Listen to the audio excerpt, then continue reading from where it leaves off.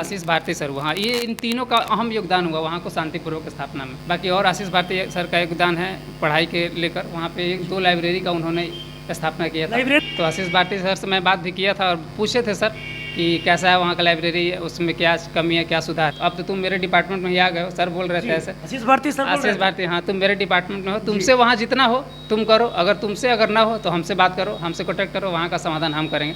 नमस्कार, आप देख रहे हैं लाइव सीरीज, मैं हूँ आपके साथ रोहित। आपको बता दें कि बीते कुछ दिनों पहले बिहार दरोगा का रिजल्ट आया और देखिए उसमें से एक नाम प्रदीप प्रकाश का भी है, जो कि इस वक्त मेरे साथ मौजूद हैं। हम इनसे बातचीत करेंगे। अब आपको स्टार मिल गई है, अब आप दरोगा बन गए हैं, वर्दी भी मिल गया। सबसे पहले आप अपना पूरा नाम बताइए। जी धन्यवाद। पहले तो मैं शुक्रगुजार हूँ लाइव सिटीज का, जो मेरे तक पहुँचा और मेरा ये कर रहे हैं, मेरे जानकारी ले रहे हैं, इंटरव्यू ले रहे हैं। तो मेरा नाम प्रदीप प्रकाश हुआ। मैं रोहतास डिस्ट्रिक्ट से बिलोंग करता हूँ और रोहतास में भी रोहतासगढ़ किला के पास, रोहतासगढ़ किला के रहने वाले जी हैं। मेरा गांव का नाम हुआ भवन तालाब, मैं वहाँ से बिलोंग करता हूँ। और कैसा आपको अब स्टार मिल गया है, आपको वर्दी मिल गया, दरोगा बन गए, कैसे देखते हैं इसको? कितना खुशी कितना है? नहीं देखिए, खुशी जो एक दिन की खुशी होती है ना, रिजल्ट आती है ना, वो पिछले करीब 5-6 साल की मेहनत का परिणाम होता है। तो खुशी स्वाभाविक है कि सबको होगी। अगर जो संघर्ष किया है वही फील कर सकता है कि खुशी क्या होती है। तो मुझे भी 9 तारीख को रिजल्ट आया, बेतहाम मोहब्बत मिली, सबसे प्यार मिला, सबसे रिजल्ट आया। उस दिन लगा कि जैसे मतलब सब कोई अपने पलकों पर उठा के रखा है। तो खुशी का कोई पैमाना नहीं है, इतना अथाह प्रेम मिला सबसे।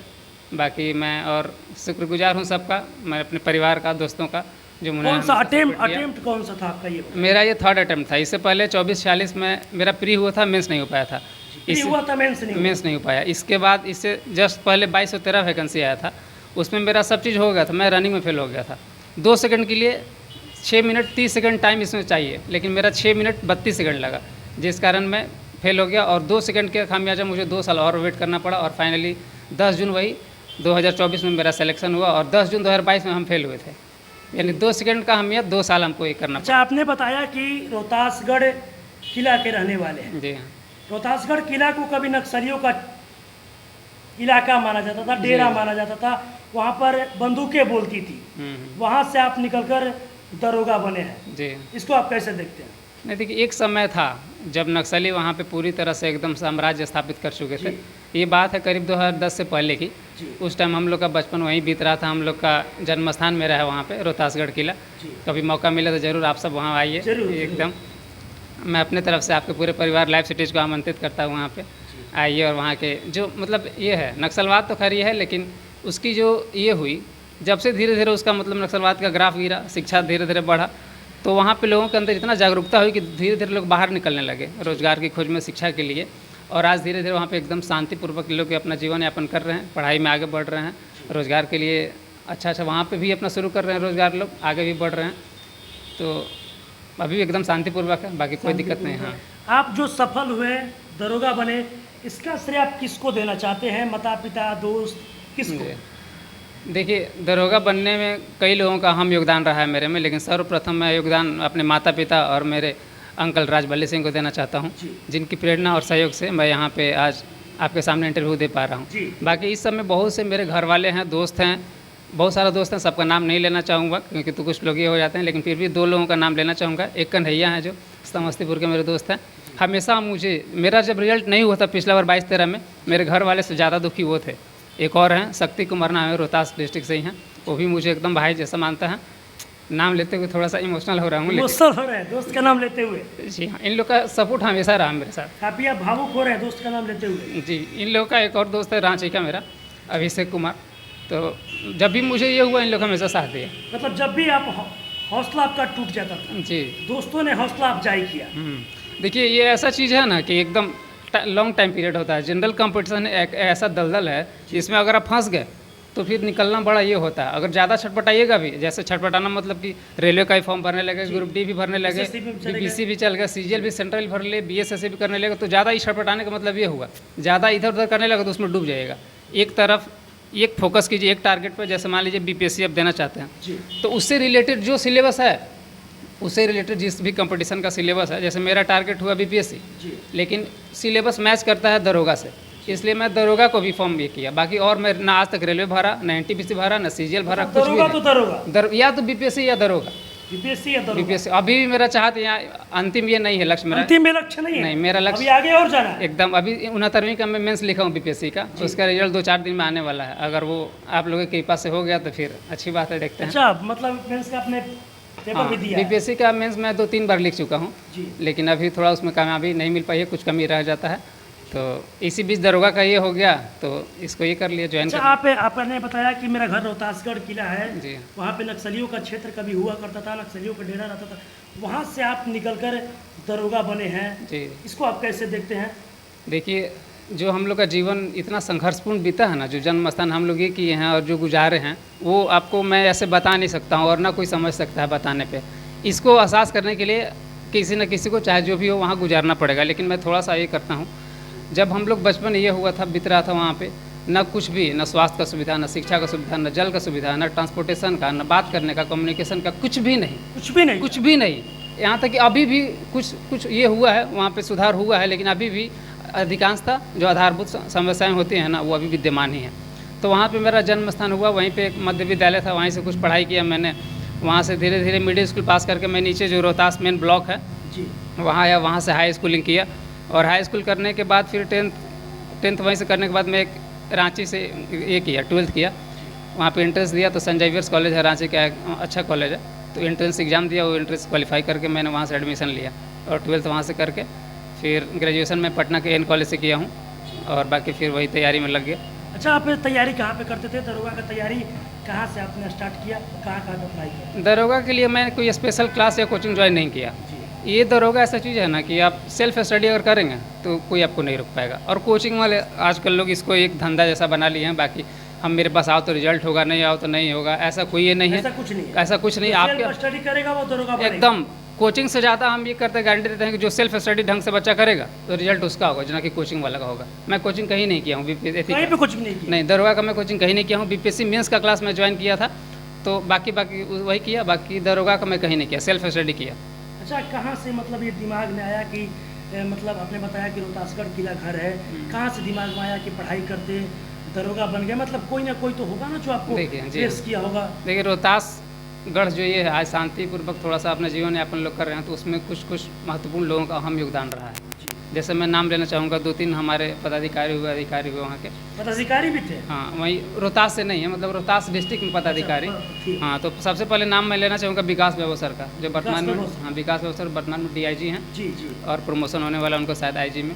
उसके बाद मनु महाराज सर हुए थे जो, और उसके बाद आशीष भारती सर हुए। आशीष भारती सर? आशीष भारती सर हुआ। हाँ, ये इन तीनों का अहम योगदान हुआ वहाँ को शांतिपूर्वक स्थापना में भी। मतलब हम लोग गाँव में रहते थे और गांव नीचे से थाना से अगर कोई प्रशासन या पुलिस गया तो इतना मतलब खौफ था पुलिस के प्रति कि लोग भागने लगते थे कि हाँ पुलिस आ गया, पुलिस आ गया। लोग भागने लगते थे। और उसका कारण भी था क्योंकि किसी न किसी का लिंक करके नक्सलवादी से प्रशासन भी थोड़ा सा ये करता था कि हाँ तुम रखा था, उसको पनाह दिया था नक्सलवादी को, तुम सपोर्ट करता है, जो कि ऐसा था नहीं।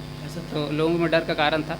तो ये धीरे धीरे ना जो पब्लिक और पुलिस में जो रिलेशनशिप डेवलप हुआ वो विकास व्यवहार सर के कारण हुआ। फिर धीरे धीरे मनु महाराज सर उसको और या आगे लेगा और लास्ट में अंतिम मुकाम तक उसको आशीष भारती सर पहुंचा। अंतिम मुकाम तो आशीष भारती सर पहुंचा और आज वहाँ पे एकदम खुशहाली से जीवन यापन कर रहे हैं।